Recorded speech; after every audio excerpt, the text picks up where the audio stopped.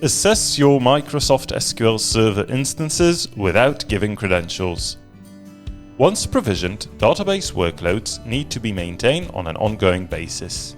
You need to assess your changing workload requirements, identify improvement opportunities in the storage, compute, and application configurations, and then align these configurations with industry and vendor best practices. Let's see an easy way to analyze your SQL Server's well-architected status without giving permissions to NetApp Workload Factory. In the Workload Factory homepage, go to the database workload and click Run Assessment. Go to One-Time Assessment and click Download Script. Save the script on your machine. Now run the script locally. Once the output JSON file is ready, upload it to Workload Factory.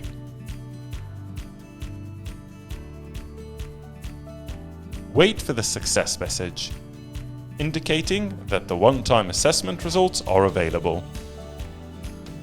Go to the instance you wish to inspect and click View. In the top row, you can see a timestamp of the last data collection.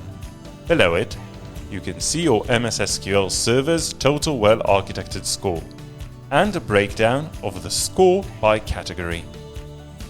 Further down, all configuration findings are listed. We'll look only at those that are not optimized. Each row details the configuration type, its status, and its severity. Expand View Recommendation to get a detailed explanation of the issue and what needs to be done.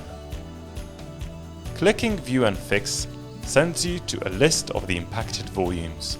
In this example, you are alerted that there is no snapshot policy for 3 of your volumes.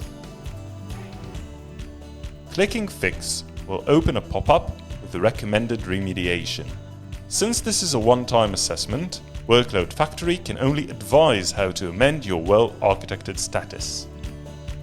Assess your Microsoft SQL Server instances without giving credentials.